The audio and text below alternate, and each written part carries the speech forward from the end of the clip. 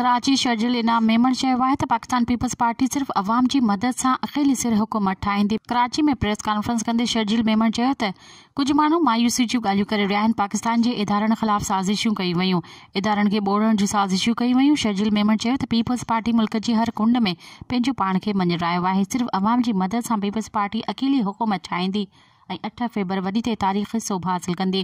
हुन जो त अवां लाहौर खे पूरो पाकिस्तान सम्झी रखियो आहे। बिलावल भुट्टो ख़ैबर पख्तूनख्वा ऐं बलूचिस्तान जा कामयाब दौरा कया। पीपल्स पार्टी जो बलूचिस्तान में तारीख़ी जलसो थियो। पीपल्स पार्टी उहे कम कया जेके पूरी पाकिस्तान में केर बि न करे सघियो। हुन जो त सी पैक जी बुनियाद रखंदड़ आसिफ ज़रदारी आहे। कल्ह नून लीग जे मेंबरनि खे यादि आयो त असां लाहौर ठाहियो। अवां वज़ीर आज़म जे उहिदे ते वेठल हो त उहो ॿुधायो त अवां पाकिस्तान लाइ छा कयो। मज़ीद ख़बरनि ऐं तफ़सीलात लाइ विज़िट कयो असांजी वेबसाइट www.awamiNewsHD.com ऐं ॾिसंदा रहो अवामी न्यूज़ HD।